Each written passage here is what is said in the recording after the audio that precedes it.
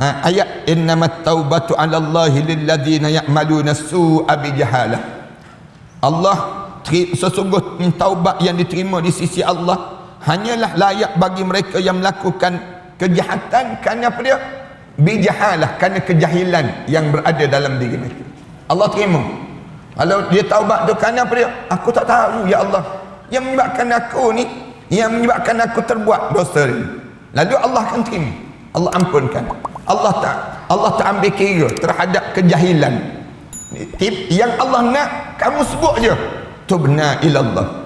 Yang Allah nak kamu tolong sebut je, Allahumma gfirli, ya Allah tolong ampun dosaku ya Allah. Cucuran air mata kita.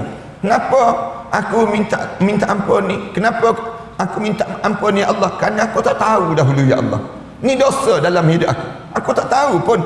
Dulu mana kita tahu kan yang kita buat dosa, yang ni dosa. Sekarang bila kita belajar, ruginya aku dahulu terbuat juga dosa.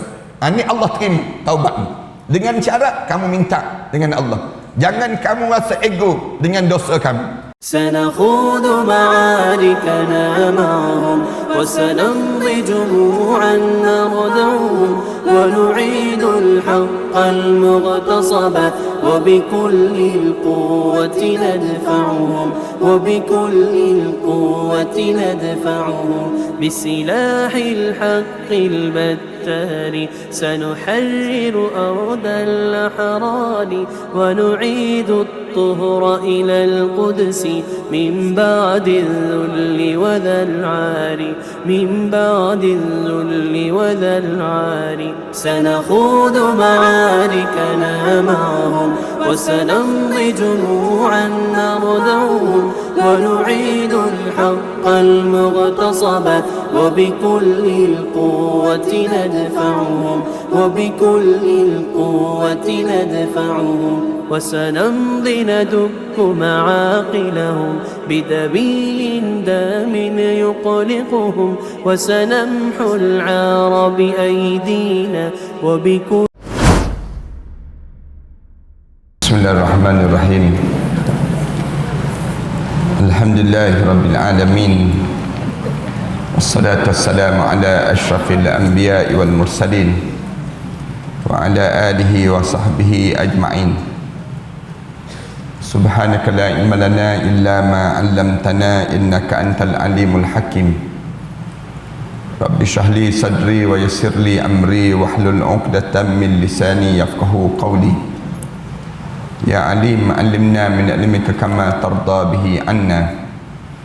يا حليم خلقنا بخلق الحلم وحققنا بحقائق العلم. اللهم علمنا ما جهلنا وذكرنا ما نسينا. اللهم يسر ولا تعسر وتمم بالخير. أما بعد.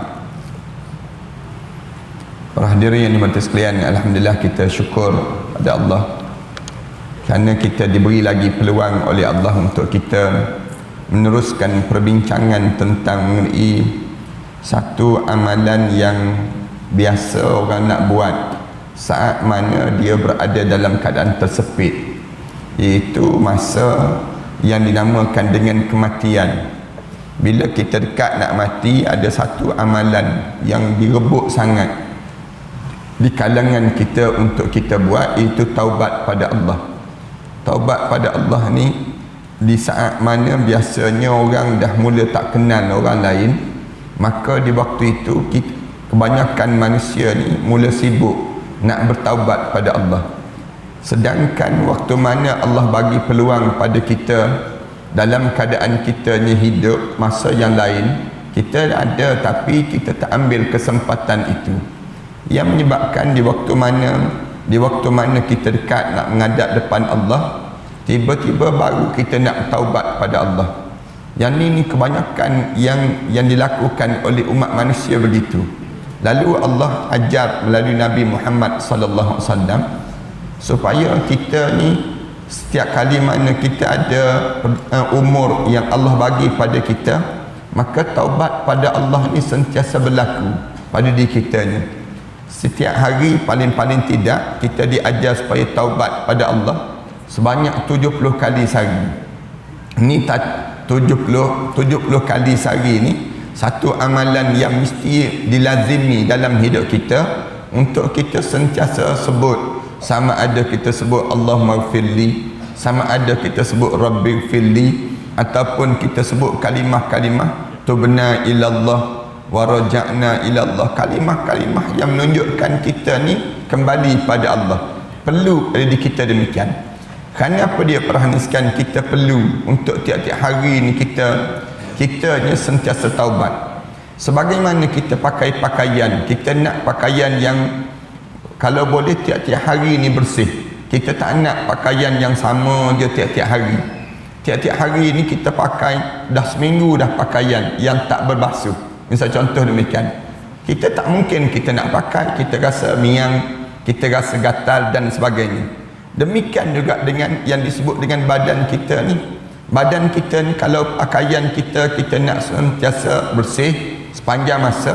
Demikian juga dengan badan kita ni kena bersih sepanjang masa.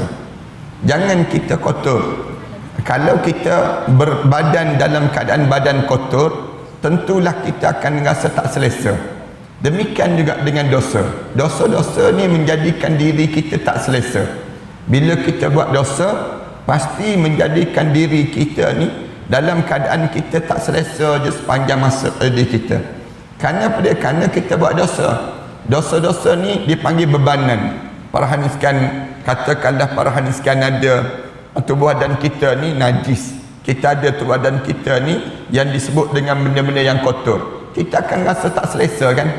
Tak selesa kenapa? Kerana dia kotor. Demikian juga dosa. Dosa-dosa ni menjadikan hati kita ni dalam keadaan kitanya tak selesa. Rasa cepat nak marah pada orang. Rasa tak selesa dengan amalan. Kita tak khusyuk solat. Punca apa dia? Punca gangguan-gangguan inilah dosa-dosa ni. Islam diajar dalam hidup kita, kalau kamu hidup dalam keadaan yang kamu tak nak pakaian kotor, tak nak badan kamu kotor, kamu mandi sampai 2-3 kali sehari. Demikian juga dengan hati kita ni. Hati kita ni perlu bersih. Macam mana nak bersih dalam hati kita ni, dalam hidup kita ni? Dengan cara kita taubat pada Allah. Taubat pada Allah ni dijadikan kelaziman. Tiap-tiap hari ni taubat dalam hidup kita. Jangan kita biarkan diri kita ni kita buat dosa kemudian kita jadikan kotoran degil pada hati kita. Jangan. Dosa kita ni kita biar.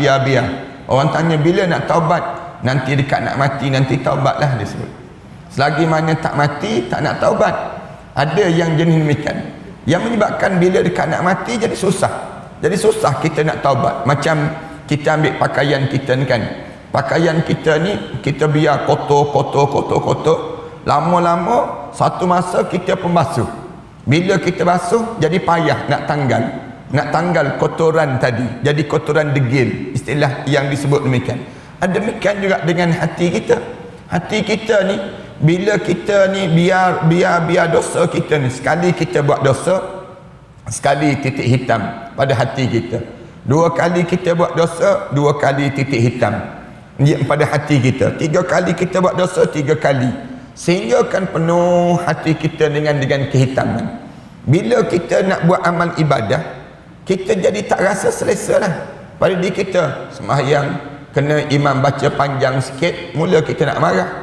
Pak imam ni baca pula panjang-panjang. Inna a'tayna je Pak imam ni sebut. Dia jadi demikian. Dia jadi tak selesa terus. Demikian juga kita ni bila kita buat amal ibadah tak rasa selesa. Kenapa? Kerana hati kita ni kotor. Cuba hati kita ni bersih. Bila hati kita ni bersih, kita dengar je kuliah rasa tenang jadi kita. Bila kita buat benda yang disuruh oleh Allah, kita rasa lapang je. Orang datang rumah kita, sonok je kita. Bila tengok tetamu datang ke rumah kita, tetamu makan makanan yang kita hidangkan habis licin, kita pun rasa gembira je pada diri kita. Tak ada rasa ralat dalam hati kita ni. Kerana apa dia? Kerana kita ni hati yang bersih. Hati yang bersih ni dia akan jadi demikian. Hubungan kita dengan anak-anak pun selesa. Hubungan kita dengan pasangan hidup kita pun selesa. Punca apa? Punca hati yang bersih. Tapi cuba hati kita ni kotor. Bila hati kita ni kotor, kita pun rasa lain terus. Sembahyang kita tak khusyuk. Kita baca Quran pun tak rasa lazat. Bahkan kita nak sampai tahap kelazatan baca Al-Quran tu jadi payah pada diri kita. Kerana apa dia? Kerana hati yang penuh dengan kekotoran. Yang lebih teruk lagi, bila dekat nak mati, tiba-tiba tak boleh mengucap. Ramai di kalangan kita ni, dia tak boleh mengucap. Punca apa dia? Terlekat dengan kotoran dosa. Bila terlekat dengan kotoran dosa, yang menyebabkan lidah dia tu tak jadi ringan untuk dia nak sebut la ilaha illallah. Baca dalam sejarah yang berlaku pada sahabat-sahabat Rasulullah kan, di antaranya kalau kita baca dalam sejarah yang disebut dalam kitab Tarbiyatul Aulad yang dikarang oleh Allah Nasir Ulwan, dicerita tentang Alqamah misal contohnya, cerita yang berlaku pada Alqamah. Walaupun dibincang panjang, ada yang kata cerita ni betul, ada yang kata cerita ni tak betul, tapi ambil pengajaran lah. Ambil pengajaran. Alqamah tu waktu mana dekat nak menghadap depan Allah tu tak boleh nak mengucap, padahal Rasulullah dah hantar dah sahabat ajar mengucap, tapi tak boleh juga nak mengucap. Hantar 2-3 orang tak boleh mengucap. Akhir Rasulullah datang sendiri. Rasulullah ajar pada Alqamah sebut la ilaha illallah. Tak boleh nak sebut. Tak boleh nak sebut tu. Bila tak boleh nak sebut, Rasulullah tanya, Alqamah ni ada mak dia lagi tak? Mak dia ada lagi tak? Dalam cerita demikian. Lalu katanya sahabat-sahabat, ya ada ya Rasulullah. Ada ya Rasulullah. Rasulullah sallallahu alaihi wasallam sebut, panggil mak dia, bagi tahu ada mak dia yang Rasulullah nak jumpa. Sahabat-sahabat bawa datang mak dia tersebut. Kemudian Rasulullah tanya, ni anak makcik ke? Lalu dijawab, ya anak saya. Ada tak anak makcik ni pernah berbuat dosa dengan makcik? Dan tanya soalan demikian. Ada tak yang menyebabkan susah sangat dia nak mengucap ni? Masalah apa yang terjadi demikian? Lalu yang disebut tadi, ibu dia kata, tak ada ya Rasulullah, anak saya ni orang yang bagus, anak saya ni begini disebut demikian. Lalu menyebabkan Rasulullah kata, cuba menung betul-betul makcik. Kok ada benda yang tersilap dia buat pada makcik yang menyebabkan makcik tersinggung. Mak dia lama termenung. Ada ya Rasulullah, sekali ya Rasulullah, dia pernah sekali bawa balik makanan, dia lalu depan saya, dia bagi makan pada anak isteri dia terlebih dahulu sebelum saya makan ya Rasulullah. Lepas pada anak isteri dia makan, baru dia bagi pada saya ya Rasulullah. Rasulullah tanya, makcik terasa hati ke? Katanya makcik tersebut, ya saya terasa hati ya Rasulullah. Saya terasa ya Rasulullah, anak saya ni, saya jaga dia, saya begini disebut pada Rasulullah.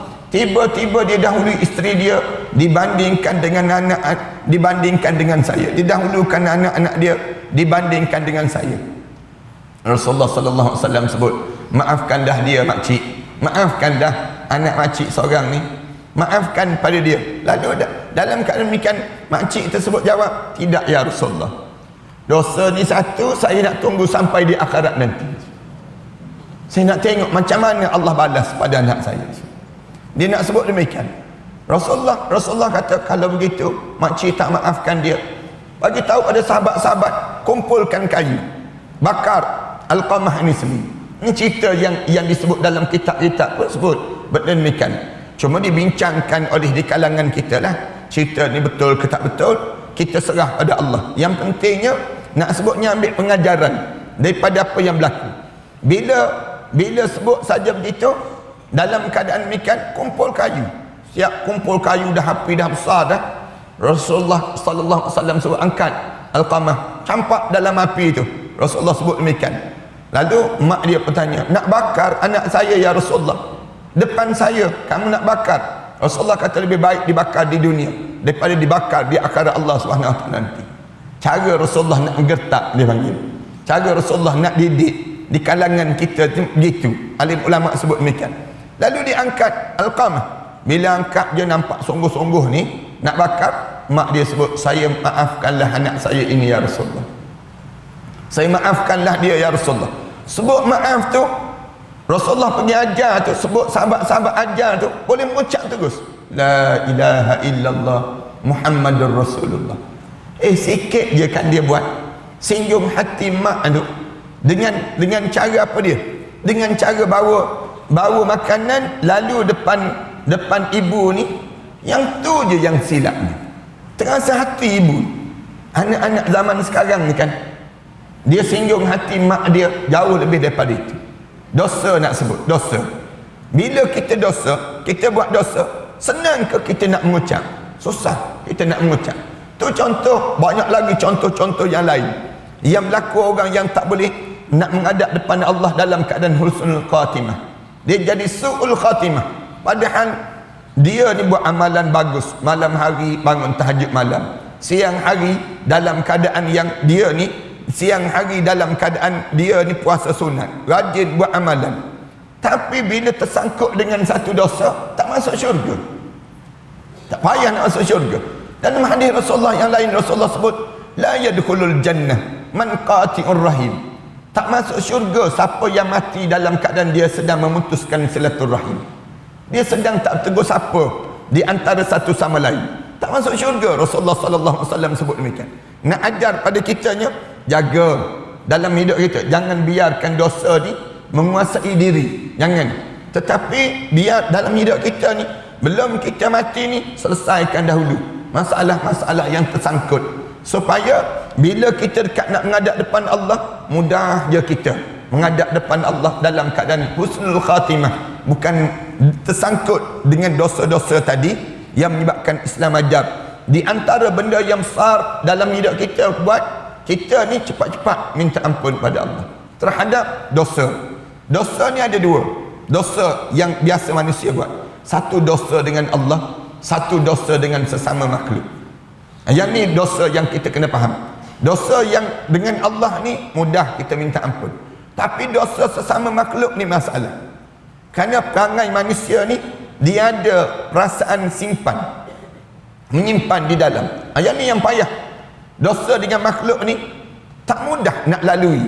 Kan anda pernah cerita pada jemaah kan, dosa seorang hamba Allah yang dianya termakan buah apple. Makan buah apple tu, yang buah apple yang tenggelam timbul dalam sungai.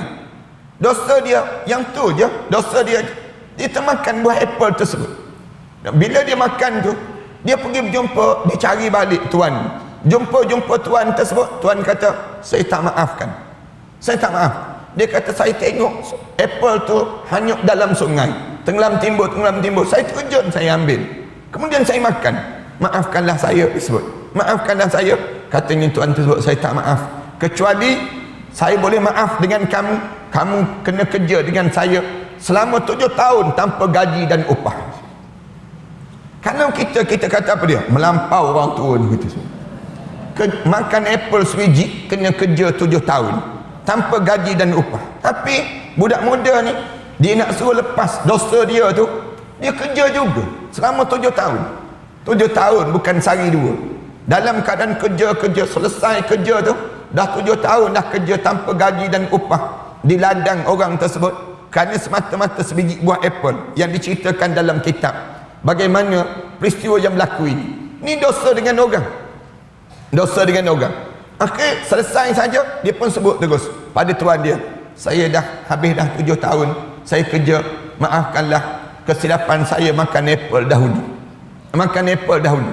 Lalu tuan dia kata, saya boleh maafkan dengan syarat, saya boleh lepaskan kamu dengan syarat yang kedua, kamu kena kahwin dengan anak perempuan saya yang buta matanya, yang sopak kulitnya, yang tempang kaki.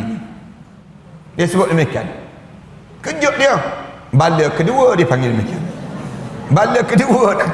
Lepas pada bala yang pertama, kerja tanpa gaji, kemudian dalam masa yang sama kena kahwin pula dengan perempuan yang sopak kulitnya, yang buta mata dia, yang tempang kaki dia. Kan disebut dalam cerita demikian. Akhirnya dia, oleh kerana terlibat dengan dosa ni, takut dengan dosa makan sebiji apple, akhirnya dia kahwin juga dengan perempuan tu. Sanggup kahwin, tak apalah, kerana terpaksa nak tanggung ini. Bila dia kahwin, itu cerita sebaliknya berlaku. Masuk dalam bilik, tengok seorang perempuan yang cantik, yang dalam keadaan perempuan tu memang dalam keadaan sesempurna perempuan. Terkejut dia, tergamam dia, keluar balik daripada bilik tersebut. Silap masuk bilik kot dia panggil. Kerana yang diberitahu kahwin dengan orang yang tempang, kemudian kahwin dengan kulit yang sopak, kemudian yang dia pula buta mata, ni celik, kemudian cantik, kemudian nampak boleh berjalan dengan elok. Bagi tahu pada yang disebut dengan orang tua tadi. Panggil ayah lah lepas kahwin kan. Dia tak panggil dah pakciknya. Sebut ayah tu, dia kata saya kena kahwin dengan orang yang buta mata, kemudian tempang kaki, sopak kulitnya. Tapi saya masuk bilik tadi, perempuan yang cantik. Apa benda tu? Kenapa begitu disebut demikian? Saya diberitahu kena kahwin dengan yang orang yang cacat. Tiba-tiba dapat yang sesempurna ini. Lalu dijawab terus oleh orang tua tadi, itu anak saya yang kamu kahwin tu buta mata, kerana dia tak pernah pandang orang lain atas dunia ni, kecuali dia hanya memandang wajah aku seorang saja atas dunia. Kemudian sopak kulitnya, kerana kulitnya tak pernah disentuh oleh mana-mana lelaki atas dunia ni, kecuali aku saja yang membela dia sejak daripada kecil. Tempang kakinya, kerana dia tak pernah berjalan ke tempat lain kecuali rumah ni dengan kat bawah tu sikit disebut. Allah tak jumpa dah kita perempuan zaman sekarang. Mana ada perempuan yang tak pernah pergi ke Giant, senang itu nak sebutnya. Mana ada orang yang hidup dia dalam keadaan begitu. Nak sebutnya, hidup kita ni bila ada dosa, dia menjadi gangguan hidup seorang. Siapa-siapa yang buat dosa, mesti dia akan terganggu. Di antara ganggu pada kita dekat nak mati. Satu, Islam ajar hidup ni sentiasa taubat, sentiasa bertaubat. Taubat ni menjadi kelaziman. Ini menjadi tajuk yang besar yang kita belajar pada pengajian sebelum daripada ini. Nak suruh, kalau kamu mati, jangan kamu mati bawa dosa, tetapi mati kita mesti bawa pahala. Jangan kita mati di saat mana kita kata biarlah dosa-dosa ni biar banyak pun tak apalah. Kita jangan jadi demikian. Bila kita nak menghadap depan Allah, biar sesuci-suci dan sebersih-bersihnya kita, sebagaimana kita datang dalam keadaan bersih, dan kita kena balik pada Allah dalam keadaan bersih. Jangan kita datang dalam keadaan bersih, datang dahulu kan dalam keadaan mauludun yuladu alal fitrah, lahir dalam keadaan suci je kita. Orang semua nak cium kita kan. Cuba tengok bayi-bayi kan. Bayi-bayi tu kalau berjumpa dengan siapa pun, semua orang geram dengan kita. Geram dengan kita, cuik pipi kanan, cuik pipi kiri, cium kanan, cium kiri kita. Sampai lemas kita waktu mana kita bayi dahulu. Orang cium kita. Kita tua-tua ni tak ada siapa dah nak geram dengan kita kan. Orang tengok muka kita pun menyampah je. Kenapa banyak dosa lah tu dia panggil. Bila kita banyak dosa, orang akan jadi rasa tak selesa je dengan kita. Bila jadi demikian dalam hidup kita, kalau kita orang yang bersih dosa, tak ada apa-apa. Para haniskan tengok kan, para haniskan dengan pasangan, para haniskan, bila kita tak buat dosa dengan pasangan hidup, rasa nak dekat je dengan pasangan kita, rasa nak rapat je kita. Kenapa? Kerana kita tak ada dosa.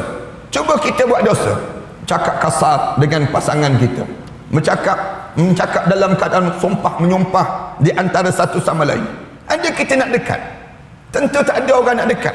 Pasangan hidup kita pun tak nak dekat dengan diri kita, apatah lagi orang lain. Demikianlah dalam perjalanan hidup kita ni, nak suruh kita dekat dengan Allah, jangan banyak dosa, jangan buat dosa. Bersihkan diri kita ni daripada dosa-dosa. Dosa ni akan terjadi dalam hidup. Saya sebut banyak kali kan, kita ni, dosa kita ni mudah je terjadi, mudah je buat. Kerana kita ni payah nak tutup ruang untuk orang nak buat dosa. Dada kita, tubuh badan kita ni senang sangat masuk syaitan. Masuk syaitan. Kalau syaitan tak masuk, hawa nafsu menguasai diri. Hawa nafsu kita ni senang ke nak kawal? Susah. Nak kawal nafsu ni susah. Bila nak kawal nafsu ni, Islam suruh jaga betul-betul. Kerana nafsu kamu ni, dia senang kamu terbuat dosa dengan nafsu. Sebab tu Islam suruh nafsu jadi nafsu mutmainnah. Jiwa kamu jangan bagi ruang untuk syaitan masuk. Syaitan bila dia masuk, dia akan ganggu terus diri kamu, dia akan rosakkan diri kamu. Sebab tu Islam suruh jaga hati, jangan bagi ruang syaitan masuk. Kita baca dalam kitab kan, dalam kitab Dr. Fathi Yakan, dalam kitab Apa Erti Saya Mengenal Islam, dia sebut ada 10 pintu yang biasa syaitan masuk dalam tubuh badan kita. Jangan buka pintu ni. Kalau kita terbuka pintu ni, syaitan senang masuk. Yang menyebabkan kita ni buat dosa terus. pintu tamak, syaitan masuk. Disebut pintu cintakan dunia, syaitan masuk. Pintu marah, syaitan masuk. Syaitan ni dia masuk melalui pintu-pintu tersebut. Pintu ni kita tutup. Islam suruh tutup awal-awal. Ada lebih kurang 10. Anda tak ingatlah semua 10 tersebut. Jemaah sekalian buka balik kitab tersebut. Nanti jemaah boleh nampak apa dia pintu-pintu yang sering kali syaitan masuk dalam badan kita ini sendiri. Islam suruh tutup. Kalau kita tak tutup, syaitan tu masuk. Bila masuk, kita buat dosa terus. Dosa bukan dosa luar, dosa dalam. Dosa dalam ni kan orang kita senang nak buat. Kita ni senang je nak buat dosa dalam kan. Dosa apa dia? Dosa prasangka. Dosa prasangka. Tengok je jam, ustaz ni tak datang ni hari ni. Nak sebutnya demikian. Senang je kita kan. Ustaz ni lama je memanjang. Dalam diri kita. Dosa kita nak buat kan. Senang je kita nak buat dosa. Kita bangun tidur, tengok pasangan hidup kita. Hidup lagi orang tua ni kita. Dalam hati tak sebut pun kat luar, tapi hati kita ni mari datang terdetik, zup sekali syaitan masuk, sekejap je, sekali imbas je, zup sekali itu yang menyebabkan Islam kata kamu buat dosa, kamu buat dosa. Nak buat macam mana ni? Taubatlah. Sebab tu kita diajar sebelum kita nak tidur malam sebut subhanakallahumma wa bihamdika asyhadu an la ilaha illa anta astaghfiruka wa atubu ilaik. Tiap-tiap hari tu sebelum nak tidur malam tu dia dipanggil kafarah terhadap dosa kita nya. Islam ajar supaya mulut kita ni sebut subhanakallahumma wa bihamdika asyhadu an la ilaha illa anta astaghfiruka wa atubu ilaik. Ini kalimah yang dipanggil kafarah. Kalau kita duduk dengan suami kita, duduk dengan isteri kita, duduk dengan anak-anak pasangan hidup kita, bila dah habis dah kita borak cakap, hujung tu sebut subhanakallahumma wa bihamdika asyhadu an la ilaha illa anta astaghfiruka wa atubu ilaik. Nah, tu cara demikian. Hujung tu aku bertaubat pada kamu ya Allah. Aku bertaubat pada kamu ya Allah. Gugur segala dosa-dosa seharian yang kita lakukan pada hari tersebut. Ini banyak cara lah Allah ajar pada kita ni. Nak gugurkan dosa dalam hidup kita ni, nak buang dosa ni, kita apa dia? Duduk majlis ilmu, jalan majlis ilmu. Ini nak sebutnya gugur dosa. Gugur dosa. Tiap langkah kita berjalan tu semuanya menjadikan gugur dosa-dosa kita, menaikkan kedudukan kita di sisi Allah. Itu kelebihan bagi orang yang kadang-kadang kan anda tengok ibu-ibu parking jauh kereta, parking jauh tu. Tapi jangan pula parking jauh ni orang tanya kenapa? Dosa banyak Ustaz. Ini sebut demikian. Dosa banyak tu parking jauh tu nak suruh gugur dosa-dosa. Bukan begitu, tapi nak sebutnya pada kita bila kita kena berjalan jauh, jalan tu jangan kita mengeluh. Jangan kita rasa sedih. Jangan. Kita kena ingat gugur dosa-dosaku yang aku lakukan sebelum daripada ini. Ini menjadikan satu semangat dalam jiwa kita. Tidak rasa kita rasa galak. Jangan sampai peringkat kita dah kena parking. Anda tengok parking ibu-ibu jauh-jauh tu, jadi kita lemah semangat. Lepas pada ni taubat lahum aku tak nak datang. Kenapa kena parking jauh-jauh? Dia jadi demikian. Tapi kita ni rasa dalam hidup kita, aku ni gugur dosa-dosa. Dosa-dosa yang aku buat ni mudah-mudahan Allah ampun dan aku semakin dekat dengan Allah SWT. Itu cara demikian. Ni mukaddimah ni panjang sangat. Mukaddimah terhadap tajuk yang kita bincang taubat ini, sehingga kan tuan kitab ni bawa ayat-ayat yang menunjukkan bagaimana pentingnya taubat. Sampailah ayat surah An-Nisa yang kita baca pada muka surat 76 tu kan.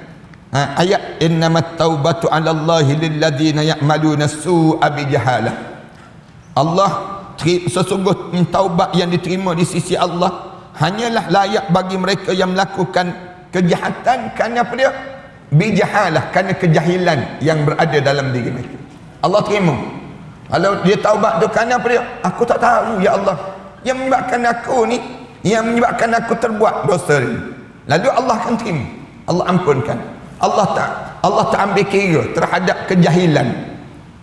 Yang Allah nak kamu sebut je, tubna ilallah. Yang Allah nak kamu tolong sebut je, Allahumma gfirli, ya Allah tolong ampun dosaku ya Allah. Cucuran air mata kita. Kenapa aku minta ampun ni? Kenapa aku minta ampun ya Allah? Kerana aku tak tahu dahulu ya Allah. Ni dosa dalam hidup aku. Aku tak tahu pun. Dulu mana kita tahu kan yang kita buat dosa. Yang ni dosa. Sekarang bila kita belajar, ruginya aku dahulu terbuat juga dosa. Ni Allah terima taubat ni. Dengan syarat kamu minta dengan Allah. Jangan kamu rasa ego dengan dosa kamu. Jangan kamu sombong dengan dosa kamu. Anda sebut dah pada jemaah yang lepaskan. Jangan suka mengungkit kesilapan yang lalu. Jangan sebut cerita-cerita lama, padam. Jangan lagi kita sebut yang kita jahil dahulu. Jangan sebut ada orang yang kita buat benda yang salah dahulu. Jangan. Tetapi bila kita sebut, dia akan hidup balik dosa. Islam ajar dosa yang lepas, padam. Padam, jangan dicerita lagi. Hanya untuk diri kita sudahlah. Kalau kita sentiasa ulang, dia akan hidup dosa tersebut. Itu Islam larang. Yang kita buat salah kerana jahil kita dahulu, kita dah tak nak dah sebut, tak nak dah ingat, kita sebut demikian. Kerana kesilapan yang lalu, dulu penuh dengan kejahilan. Allah terima tak taubat kita? Allah terima. Innamat taubatu 'ala Allahi lilladzina ya'maluna su'a bijahadah. Kerana kejahilan kamu. Summa yatubuna min qarib. Lalu Allah sebut, kemudian bila kamu buat dosa tu, kamu tahu je dosa itu dosa, kamu taubat sesegera mungkin. Summa yatubuna min qarib. Oleh kerana kamu tahu, sekarang kita baru tahu. Dulu kita tak tahu kan, kita buat dosa. Kita buat dosa adalah dosa mengumpat, dosa kita apa dia, membuka aurat, dosa kita tertinggal solat.